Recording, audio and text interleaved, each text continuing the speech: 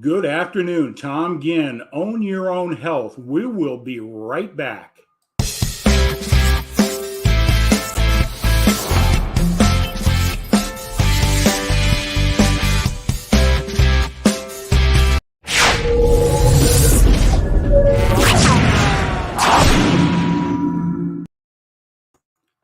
Good afternoon, Tom Ginn. Own your own health.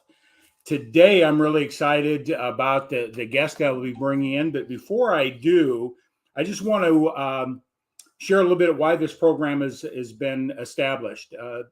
My wife and I, we have a wellness center here in our community here in Wisconsin, and we've seen what's happening in our culture that people are not as healthy as they can be. And so we're just bringing in new levels of awareness with different types of practitioners, a holistic side of approach to health. Um, and there's many solutions out there that a lot of people aren't aware of. So our whole mission here at Own Your Own Health is just bring new level awareness, how to identify different modalities, different ways to approach your health than what we've been taught and what we've been conditioned to do culturally. If you look at the statistics of what's happening in America today, our health of our population is actually declining and getting worse year by year. And there's a lot of reasons for it. And we can take control. Own your own health. That is the mantra here. You can own your own health by understanding that there are choices available to you in your health regimen. So just want to make another quick announcement. Kathy's book launch. My wife is launching her book. I just want to give a quick commercial for that. It will be coming out. She'll be doing a personal interview with me on G-Force in the very near future to explain what this book is about. It also feels right in the area we're talking about here is in the area of how we take care of ourselves as well. With this behind us, I would like to introduce my guest today, Denise Ropp. I had met Denise through a networking event that brings health practitioners of different modalities from all over the world in a networking event. And we were paired up in a breakout room, and she shared what she was doing. And it fell right in alignment with my philosophies, the things I want to bring out. So we had some conversations, and today I'm excited to introduce Denise Ropp. I hope I pronounced that correct, Denise. But come on in and welcome. Thank you so much, Tom. This is awesome. I'm really happy to be here. It's an honor and a pleasure as well. What I really like to do today is sort of just share a little bit about yourself, where you're from, your journey. I call it your story, because we all have a reason why what we do, especially in this arena that we work in. Just share a little bit about that, and we'll talk a little bit about specifics of some of the things you're doing and what type of awareness and how you help people take control of their own health. Um, Sure. so So, it's all yours. oh, thank you so much. So, my background and in health started very early on. I was I have a congenital hearing problem that they couldn't figure out. So, pretty much from age 3 on, I was immersed in the healthcare industry. And I was in hospital pretty much at least a week every year. and and that just continued. And having you do and you learn what you see. So I, having spent so much time in healthcare, I ultimately became a registered nurse. And what I really wanted to do when I went into it was a lot around promotion, health promotion. Now, that's where I wanted to be. That's, as a registered nurse, that's not where I found myself being. And I ended up connecting, with the norm of what the healthcare industry was, and being pretty much that, just the regular registered nurse that looked after people in hospitals. I went in and I worked in workplaces as well. And then I also did a lot of disability case and claims management. So I talked to a lot of people about their health. So, and along the way, I actually had, just like everybody else, my own health challenges that hit me with real surprise. I'm not sure why, but because at a certain point in life, um, you start to realize that you're attached to this body. You're actually, feeding it and learning how to operate it. And often that comes in the form of a phone call. And mine did. Well, not really a phone call. It came in a form of going to see my regular doctor and my OBGYN. And she said to me, I want you to stop and get an ultrasound before you come in. And I thought, okay, that's kind of weird. She was a friend of mine. I was in the industry. And I get in there and she looks at the ultrasound and she turns to me and she says, yeah, so I have an opening for surgery next week and I'm going to fit you in. Now, Wow. in doctor speak, in medical speak, we don't take people ahead of anybody else. We don't put them in front of just because we're friends. That was go home, get your affairs in order. Something's going on. She didn't really share much more with me, other than, yeah, we're just going to go ahead with this. So I left the doctor's office that day and I went, I'm a registered nurse. I also had a really good understanding and access to a lot of complementary medical therapists. And so when I left that office, I really did not on my watch. I made the decision. This is not what's going down. I am not going to experience whatever it is she thinks she's got lined up as a treatment plan.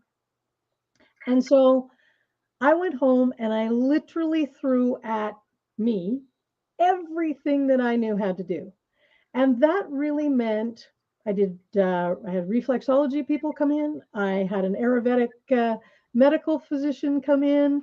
I changed my diet. I started doing meditation more. I had done it before, but I started really focusing in on the meditation. And I also called in everybody else that I knew I could call in to help do whatever in that week. And so I went for the surgery, had the surgery. She comes out and sees me in the recovery room and she turns to me and she said, I'm pretty sure we got everything. I'm like, okay, you got everything. Good. I went home. 2 weeks later, she calls me up. She says, get in here, get into my office. So I go into her office, sit the opposite side of the desk from her, and she looks across the desk from me and she goes, what did you do? And I went, I don't understand. Why you're supposed to tell me what I got here. She says, no, what did you do? I said, oh, I'm getting it now. I went home and I did absolutely everything that I could and knew how to do. I did it in that week. Why? And she said, because there's nothing here. I said, wait a minute. You took something out. She said, yeah, it's nothing. Okay, so there was something there before. So 3 weeks ago in an ultrasound, there was something and now there's nothing. Yeah. Oh, wow. Okay. So I left that office thinking I did something. I also left that office realizing I'm not special. Whatever I did, everybody else could do as well. So that's when I really started to go, I need to figure out how to help people learn how to do this stuff, how to actually start to empower themselves to make changes in their healthcare and in their health. Denise, what you just shared, it just that call from the doctor, get in, and then we're lining you up for, that has to be disheartening. That has to, And let me ask you this, just for clarity. Were you using any modalities outside traditional health care services protocols prior to this in your life? Or when you got this diagnosis and the procedure and all that, was that I, just sort of out of panic? I got to try everything and anything. I mean, because unfortunately, that's what a lot of people end doing when they've hit a situation that is they don't want to hear. I mean, it's the reality that it's been building up, and here it is today. So share a little bit about that. Had you been doing anything prior to that? That's a Uh, great question, Tom. The what I had been doing was pretty much spotty. So I had done this, I've done that, and when the symptoms, when I started to feel like achy or whatever it was, I just went, yeah, okay, I'll do this or I'll try that. There wasn't anything where I was really disciplined and disciplined. Not that that's a it's like it's not a bad word. It's just like it wasn't an everyday occurrence, and I would pull things from here, there, and everywhere, and apply them as needed. It wasn't really something where I diligently did, the same exercise program. It's not like I did the same nutrition stuff. I was bad. I went out and did what I could do because it was there. But there comes a point where it all sort of comes back to us. And one of the things I began to notice, now this wasn't, I guess it was about the age for me, but in the disability case management work that I did, I began to see a common number as far as age goes. And that common number was in the 42 to 48, 50. And it's that it's that nagging thing that happens to you when you wake up in the morning and you go, it's like a body check. Like you lay there before you move and you do a brief body. Okay, is everything still attached? How are my legs feeling today? How's my back feeling today? Oh, I'm kind of stiff there. You do that body check, but that honestly, it doesn't happen until you're about 45. And then every morning you'll go, oh yeah, I'm doing that. and and that's the time that we need to start putting into place some of the things to pull us back because we're well into a situation that's going to go down I'll call it the normal route because Everything's a downhill slide. Everybody could talk about a different number, but people don't understand what wellness is. Because I don't have a sense of I must be healthy.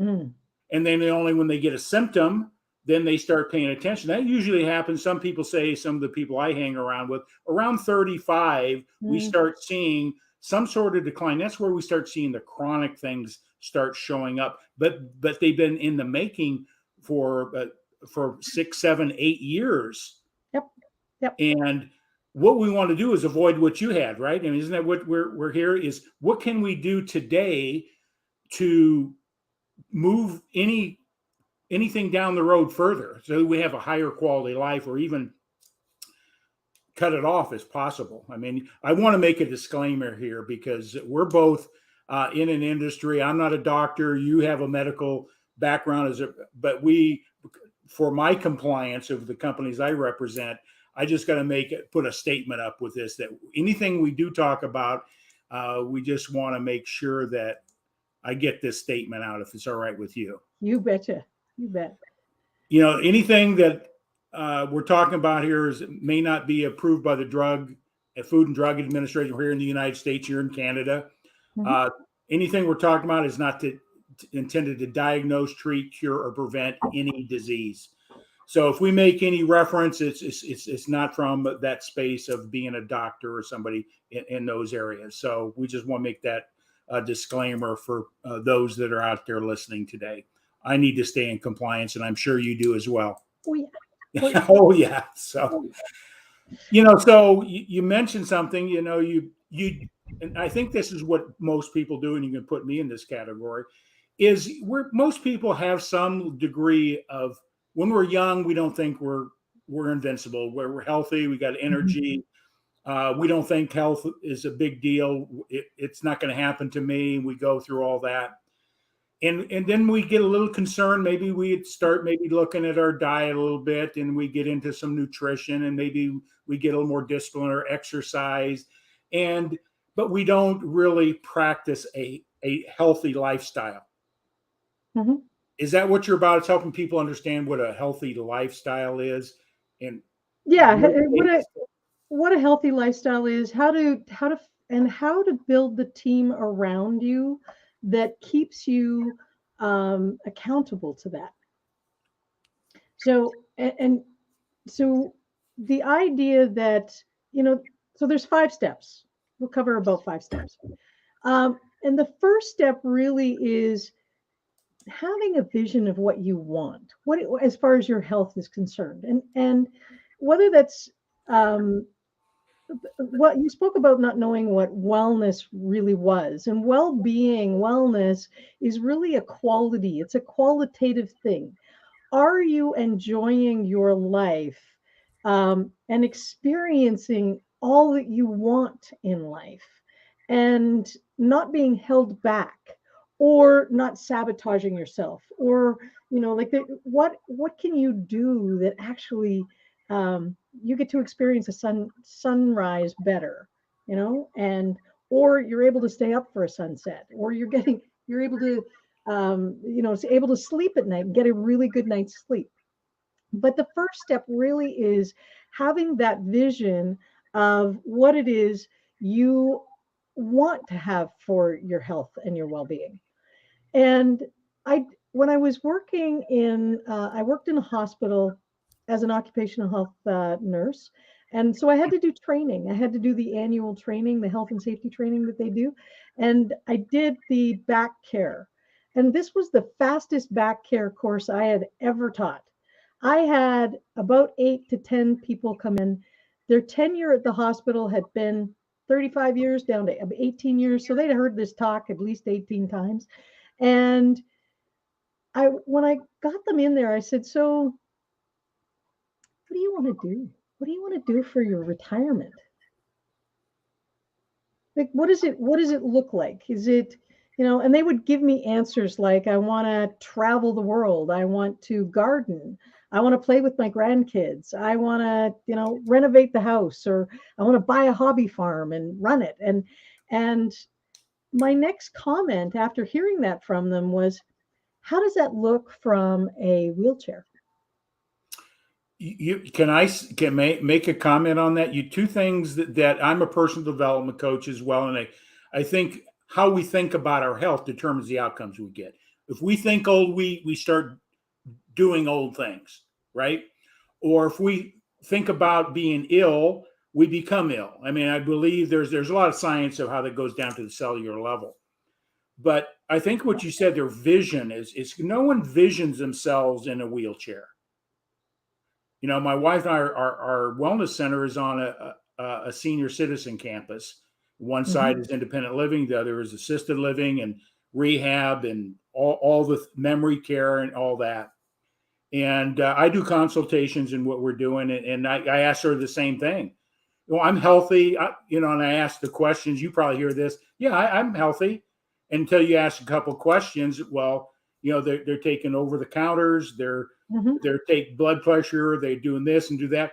That's not healthy Mm-mm. because the symptoms mask. They think they're healthy. That's so true. That's so Yeah. true. So, and I always pointed out, I says, what do you really, just like you said, the vision, how would it look that you can't play with your grandkids because you got arthritic knees and you may could have done something in advance starting today so that you can have that time with your grandkids and walk with your wife in the park or whatever it may be. We don't envision being in a wheelchair or in crutches or a walker, do we? No, and the important part too is that when we don't have a vision, we also don't have the pathway. We don't Right. see what the path is going forward. And so we have to have that vision and hold it. And each of those nurses that I talked to, each one of them instantly realized, oh, that means I have to lift differently. I have to really look after my back if what I'm trying to do is make sure that I'm able to travel, be with those grandkids. So I want to be able to lift them up and that kind of thing. Well, your back has to be strong. So you're going to be motivated to actually do the things that you want. So you have to have that vision as that first step, and take the time to really figure out what that looks like. What is that ideal health? What is it that's going to motivate you? And really find out what is your why, Yeah. right? That's the whole part of that first step. And it's important to do it. When we first talked, the things you're saying right there was one of the triggers. I says we got to talk, because ultimately the expectations, the goals, the dreams, the aspiration, you got to have a clear mental picture what that looks like, and then you do the pathways, the processes, the plans, the exercise, whatever it is. You put those things in place so you can uh, uh, have it basically manifest itself. So vision is the first thing, and that creates a. Vision is the first thing. The second thing is finding out who is your team. So who's on your team? So who, of course, your physician's going to be on the team. And I want to take a moment, and whether that's a nurse practitioner or a nurse physician assistant or whatever it is, I want to really take a second and talk about that individual as a team member, not as someone who you have empowered with decisions on your health. There's a big difference there as well. I see so many people, and this is as a nurse, I have witnessed people making decisions about their health in an emergency department, in an ICU, in a hospital or a doctor's office. That is not the place to be making a smart decision, because you're under so much stress and you're under so much anxiety. That's just, you're not able to go, yeah, this is a good decision because it fits with everything else I want to do. So the other thing about physicians and making decisions about in their presence is, a physician literally has about, and I've talked to a whole bunch of people, it could be 15 minutes, could be as little as 7.5 minutes. That's all they have for you in a day. It's your health 100% of the time. You're only involved in their expertise for about 7.5 minutes. And they do what they know how to do, and that's what we pay them to do.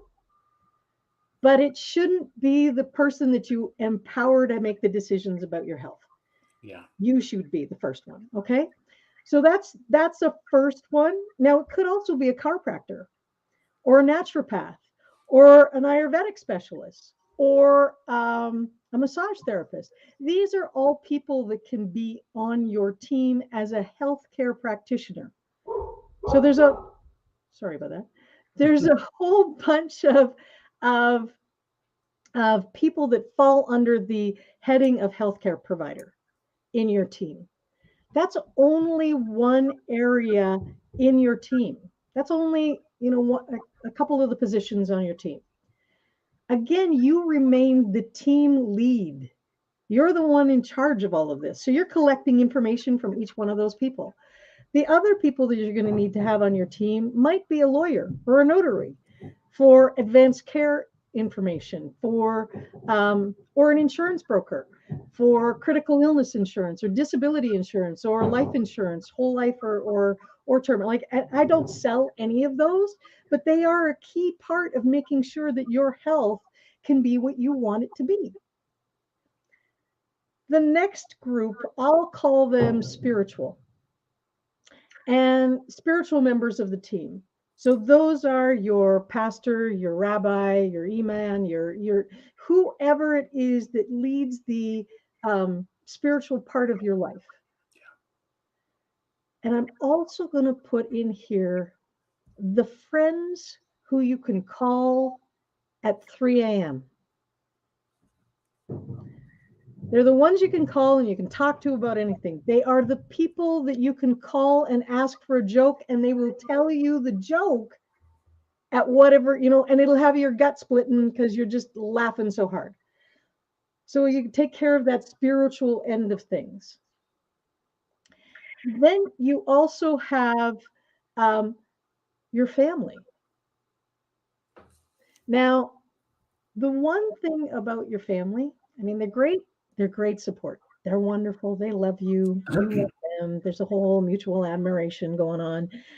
However, one caveat to those individuals, they have their own agenda. And if you go to make changes in your healthcare or health and well-being, please expect that there will be some pushback. Can I say something on that? I've seen it many times where somebody's inquiring, they've encountered a situation and they're looking at alternatives that's outside what we call the norm. And so they look and they're satisfied to do their research, and they let their family know that I'm going to do a supplementation program of whatever. Okay, just use that as an example. Mm-hmm. And it's sad that the family members come in and squash it and take their power away, because it's sad. It's my health. And I've done my research. I want to let you know what I'm doing. And I'm just asking for support. But many times families don't do that. They want to, like you said, they have their own agenda, their own perspective, what a protocol should be, right? And I believe it's unfair. I don't think another person has a right. I think we should be concerned, express it, but we don't have a right to take your power away for your decision. Well, no, and that's exactly it. You are dead on, and you shouldn't be allowed. You shouldn't be giving people the opportunity to do that, for sure. Yeah. But often these things come. They will come well-meaning. Well, I'm not sure that you've looked this up or not, or what's all the research on this say? And really, I mean, it's going to be costly. And do we really can we afford going down that route? And so it does come from a well-meaning way. And most of when I'm working with folks, I actually get them to rehearse those conversations. So if it's a conversation with a physician, how do I get the treatment that I want? There's a specific way to ask the questions, and it's coming at it from a different perspective. It's the same thing with your family.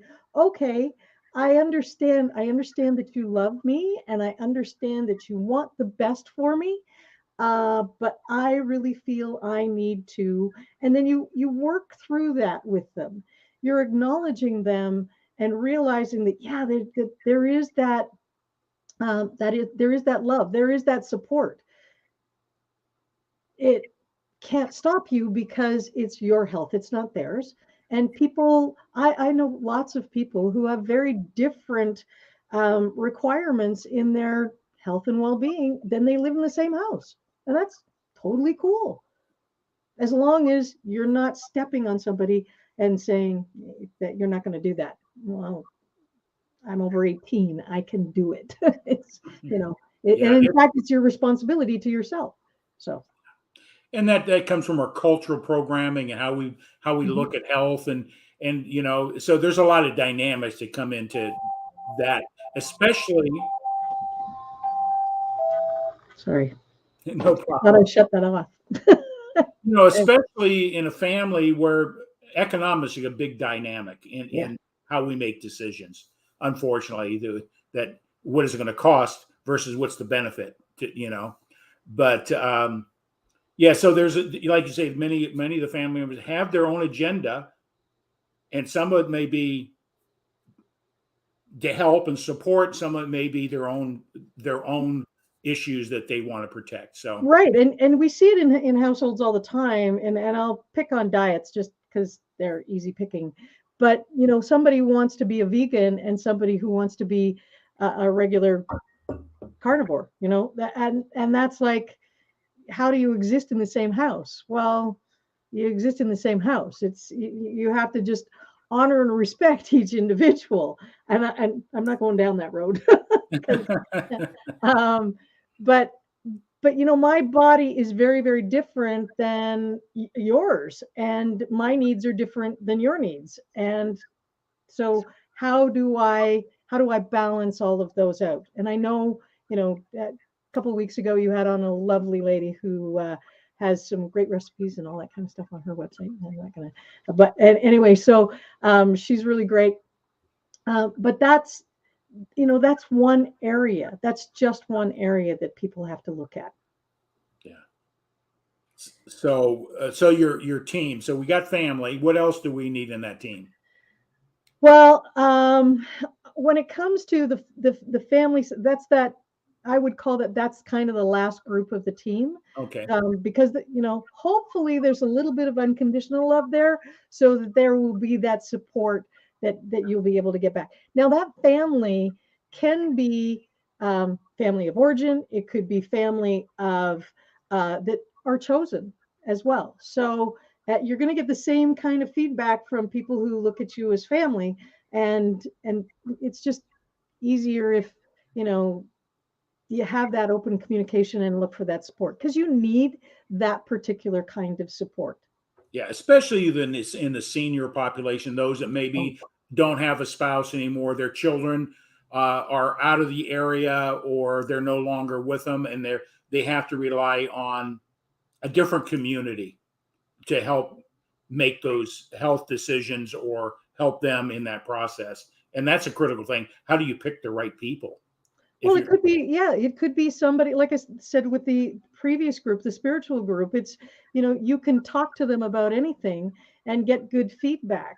It could be somebody that you walk with on a regular basis. It's somebody's opinion that you actually value, um, and or just listening to some of the information that's coming in. So, like we met at a networking event, and we were listening to see who would be a good fit with what we're doing and how we can promote, what each other are doing.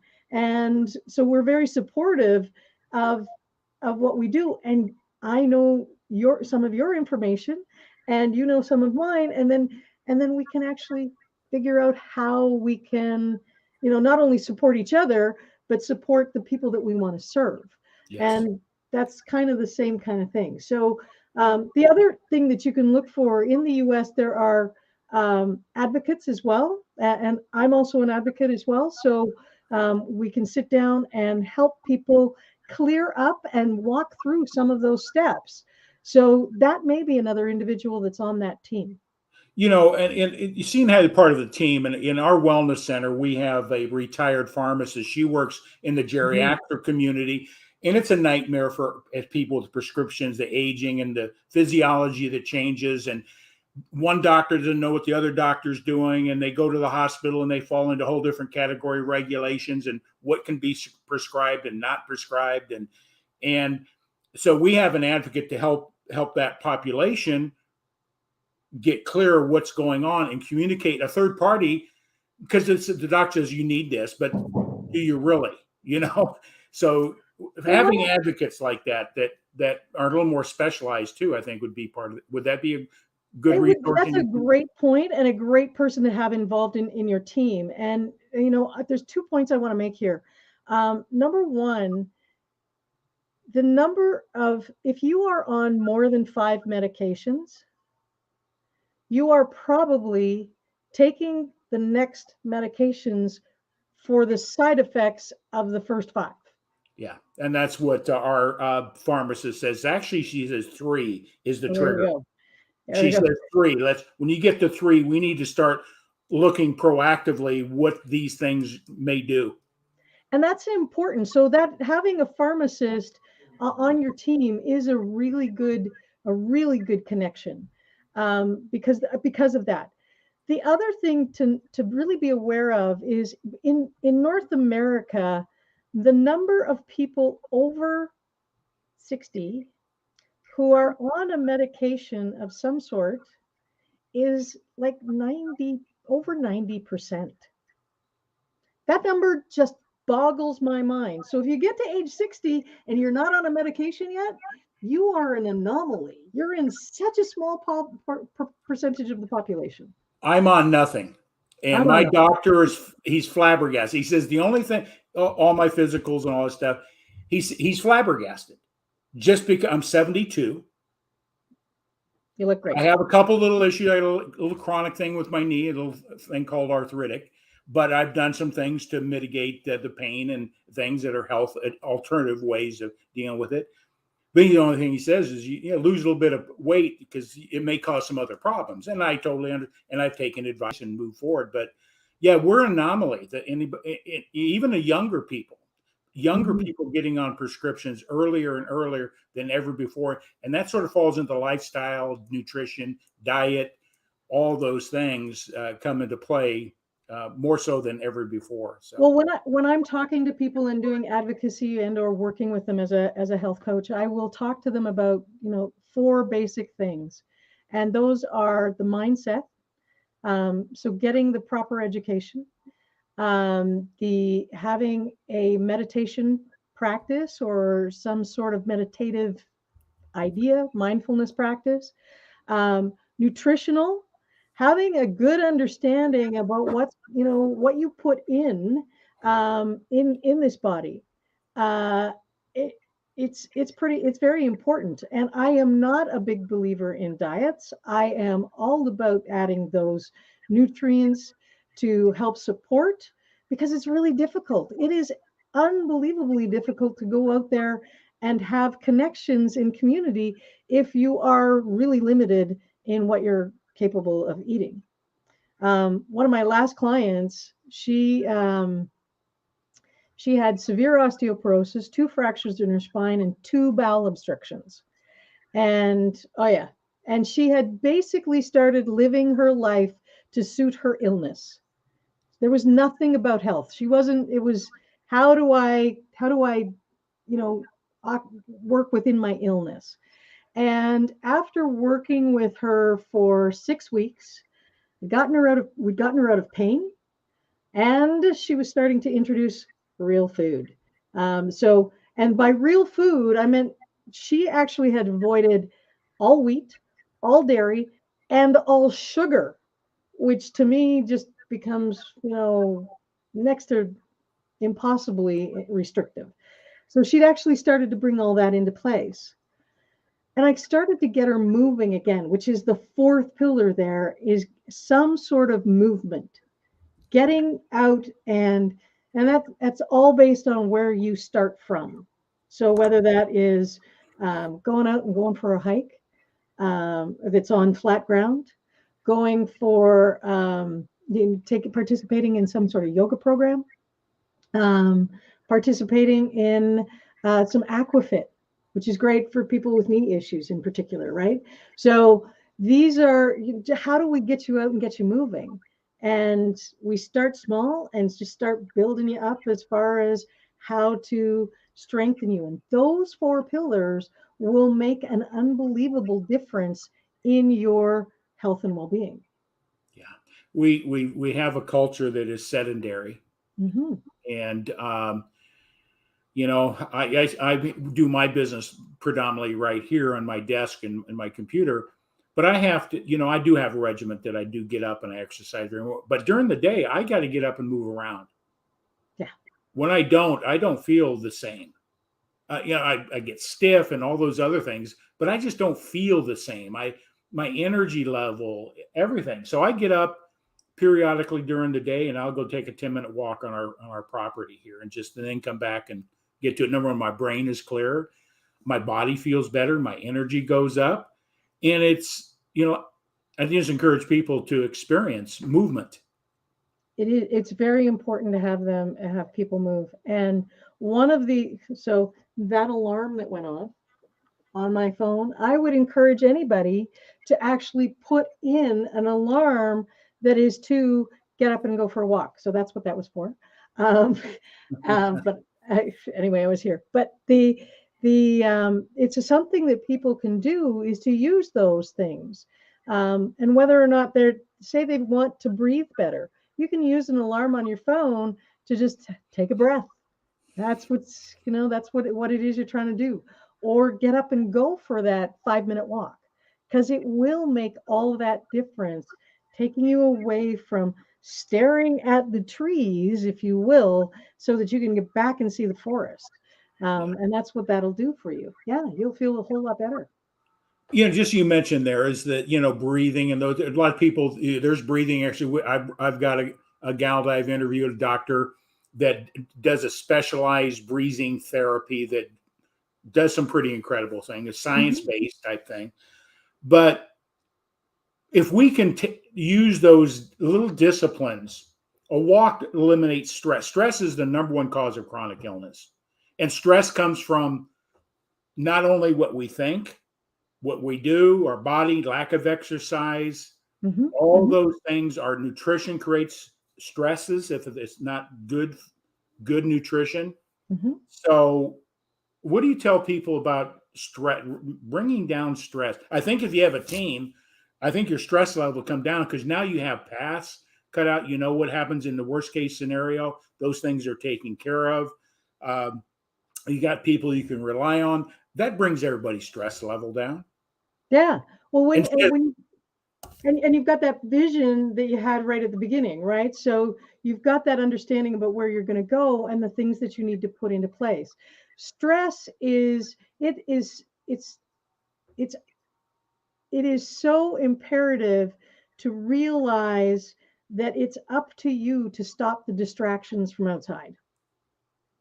So shutting off your phone an hour before you go to bed, getting it, walking away from it.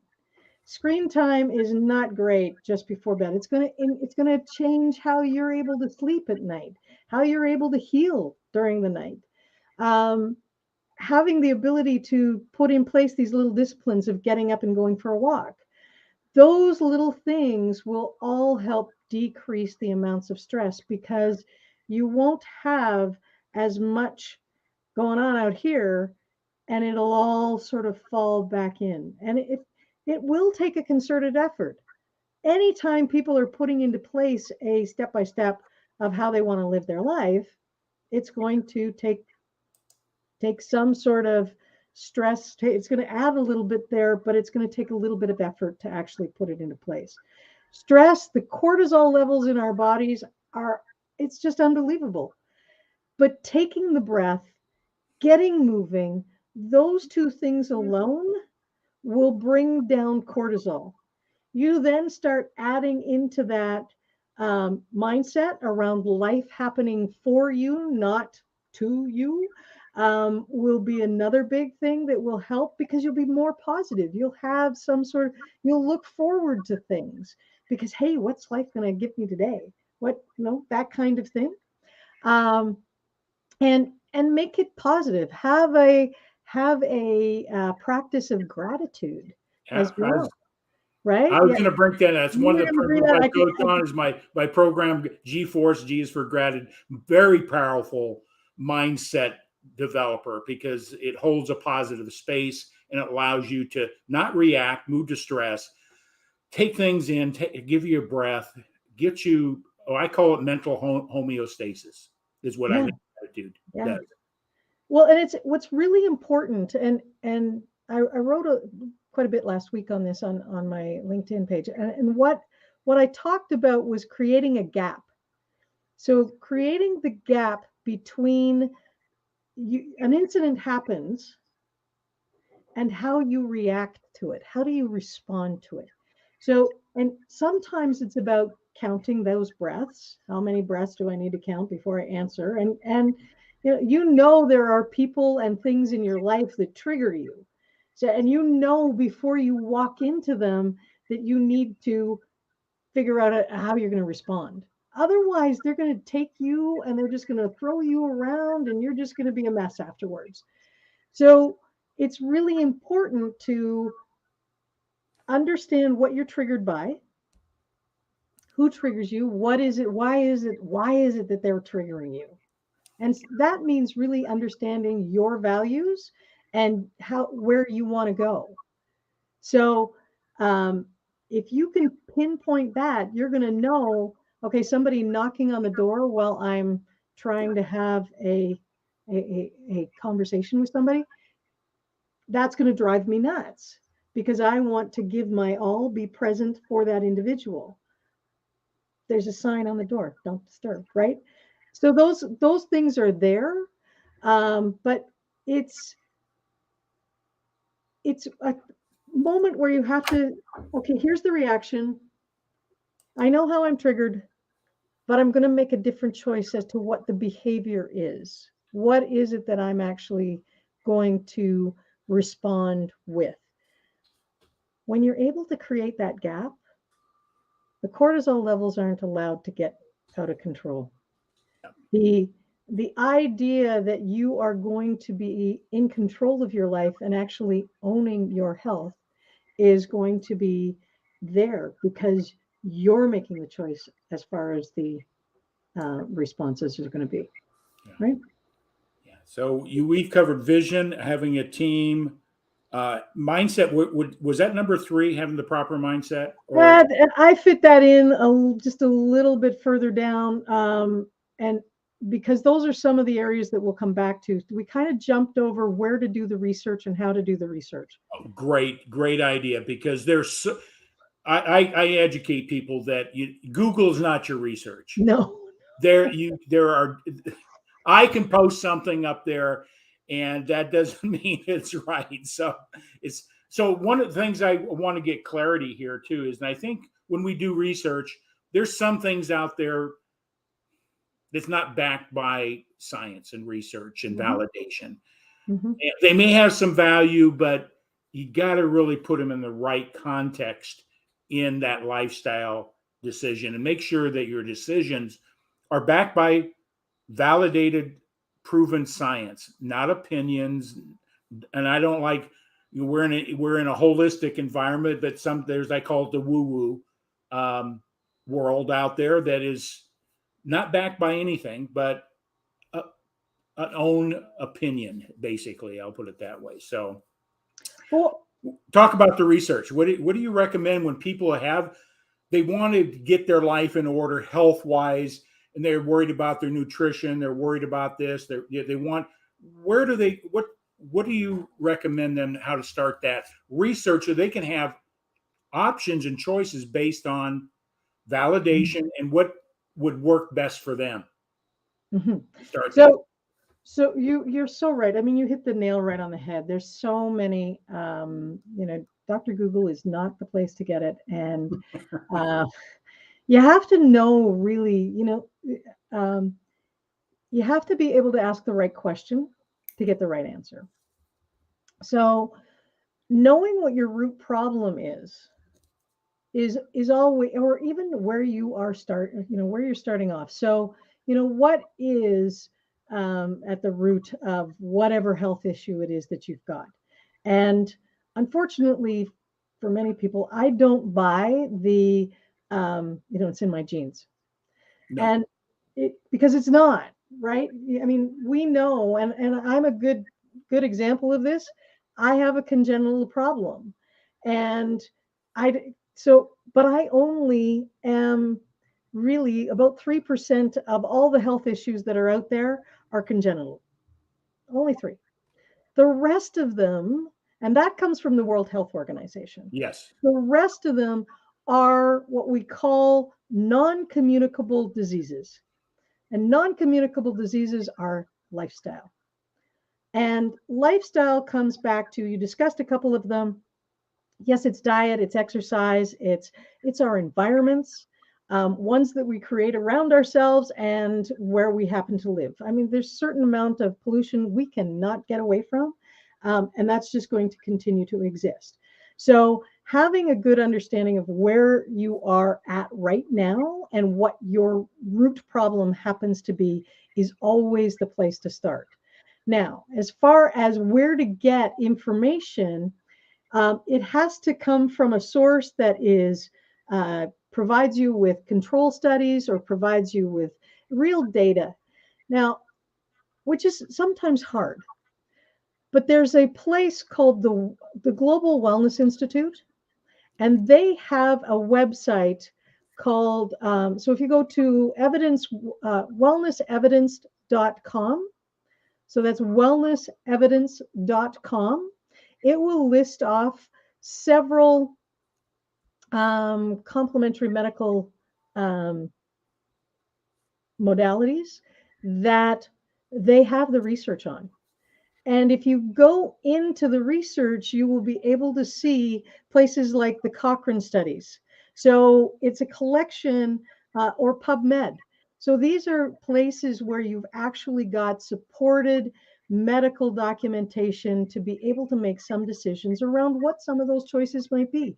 And they will fall into those 4 categories that we talked about just a few minutes ago, whether it's the meditation, whether it's the nutrition, or whether it's some sort of movement in particular.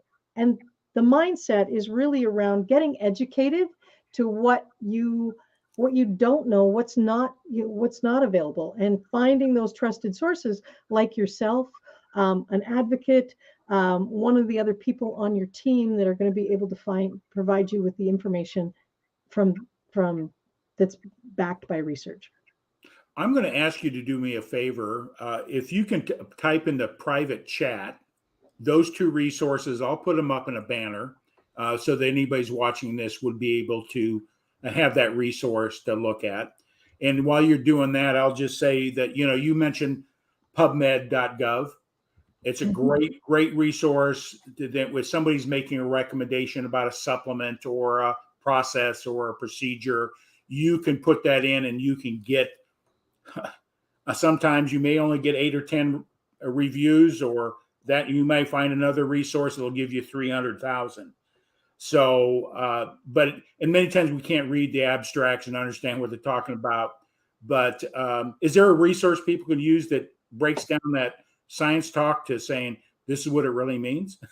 Well, in the abstract it does talk to, but in the on the website there, the wellnessevidence.com website, it will actually list off it will explain what they're talking about in either the tip reports or the tip database, the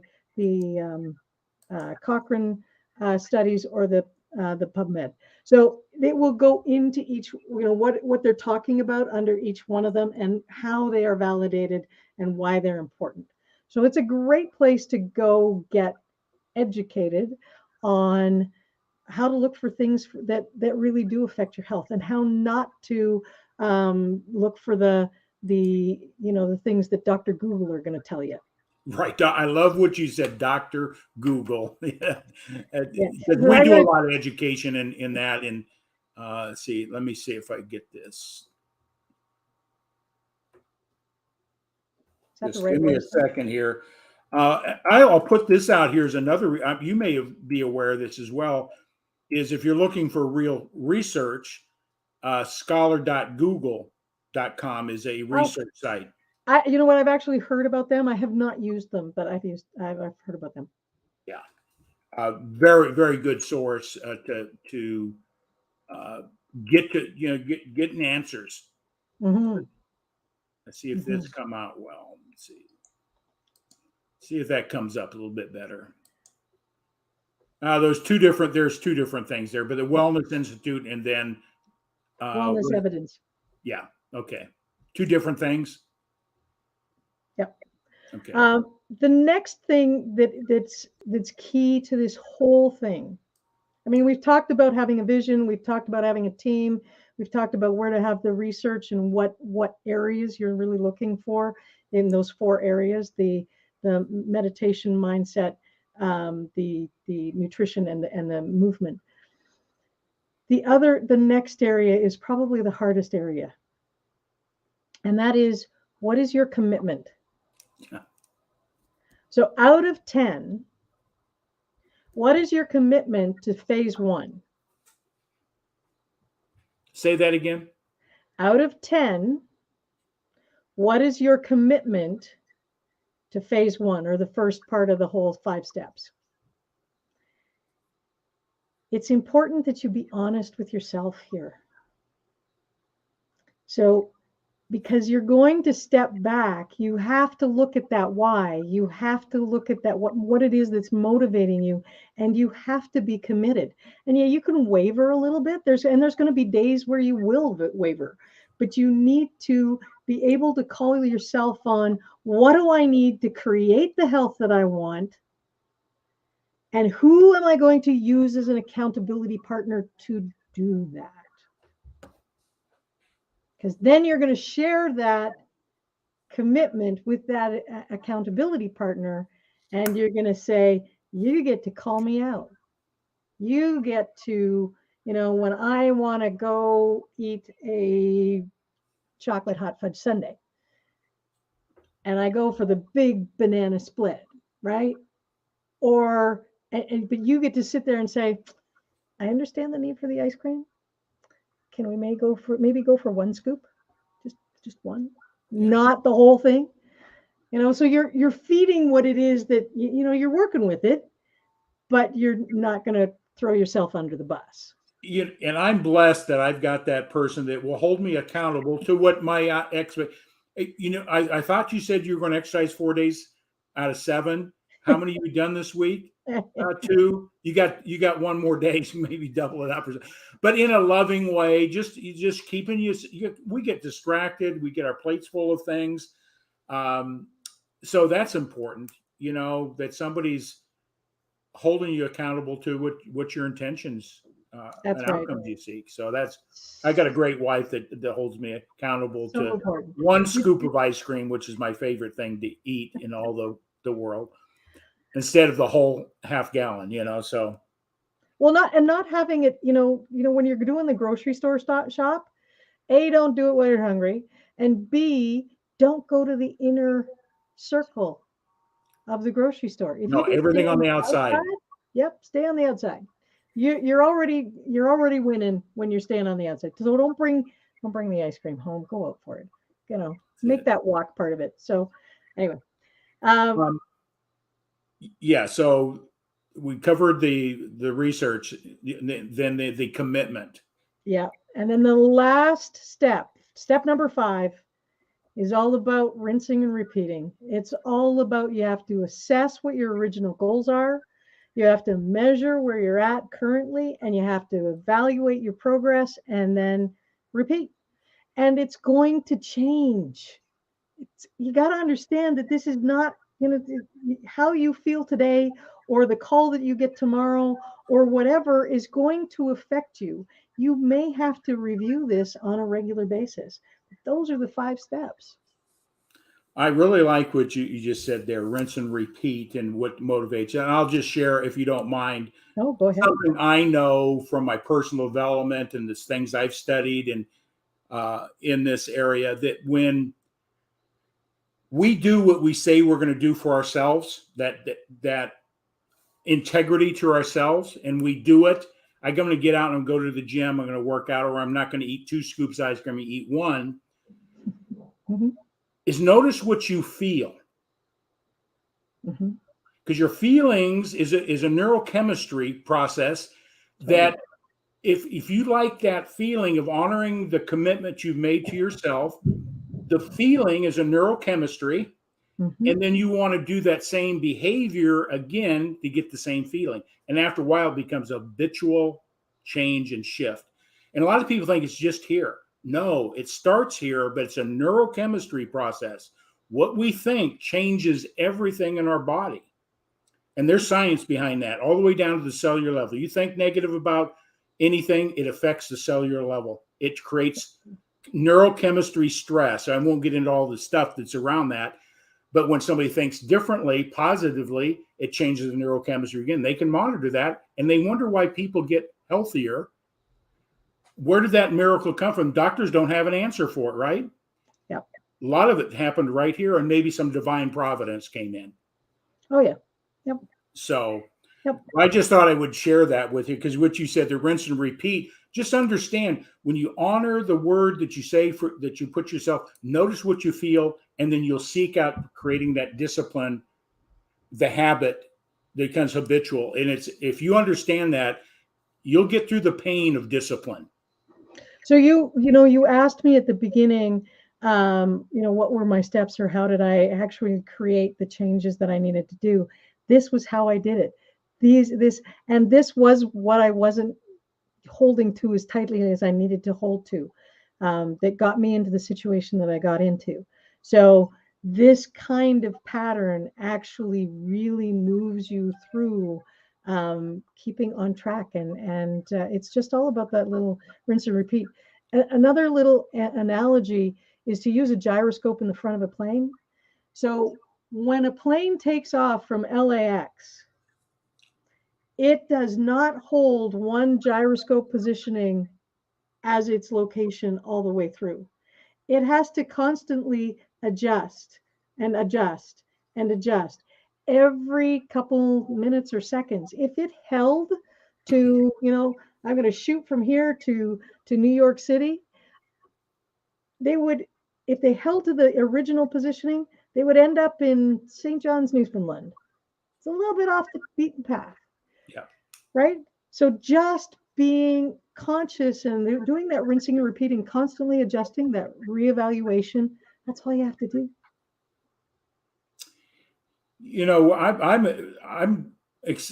I could talk with you all day.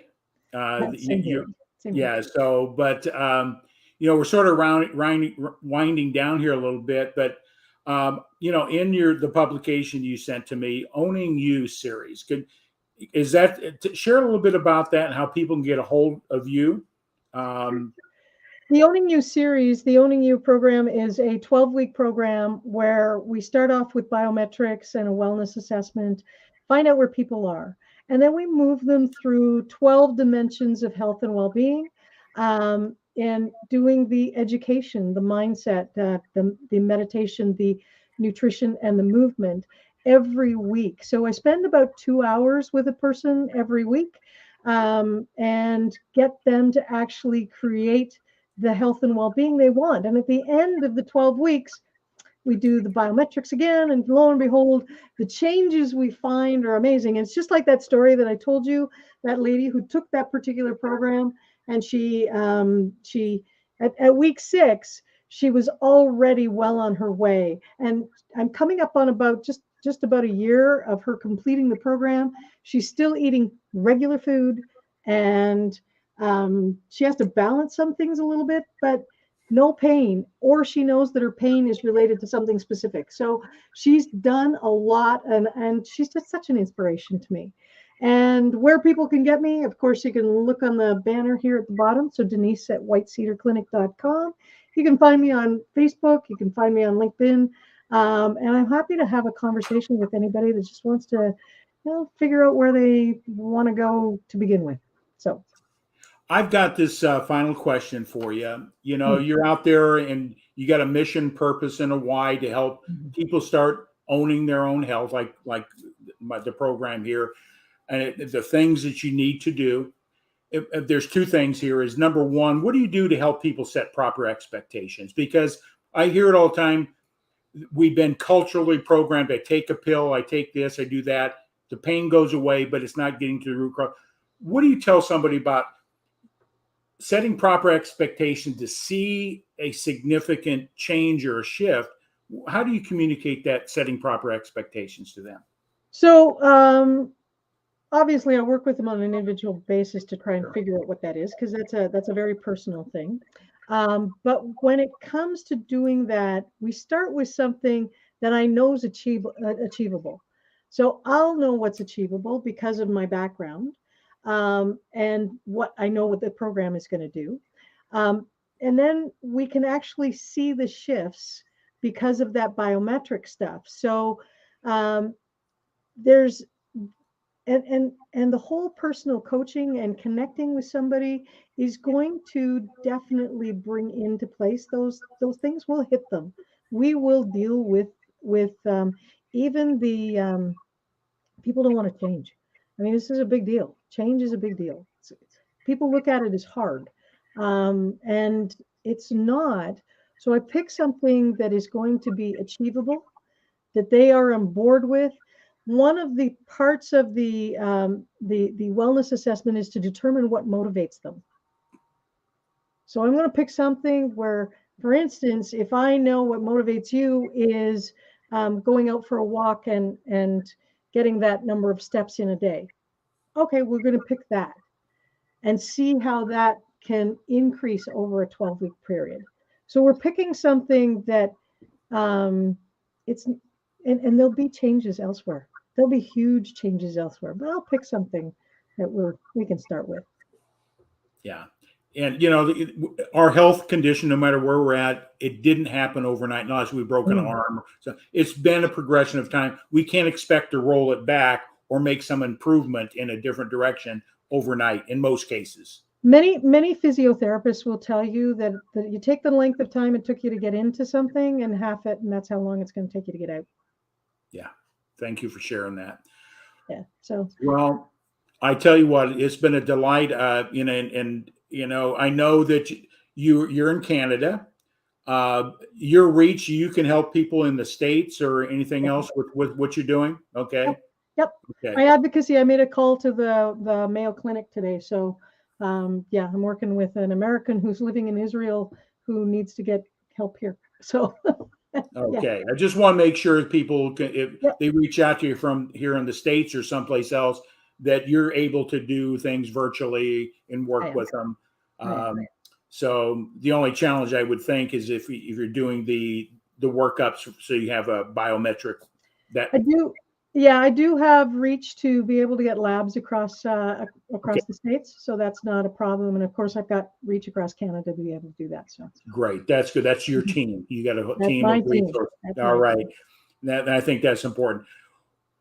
Well, Denise, I've really enjoyed what you've shared today. I think those 5 things that it's not all the how-tos, but it's the why-tos are the most important thing in our health, changing our health lifestyle, becoming more healthy.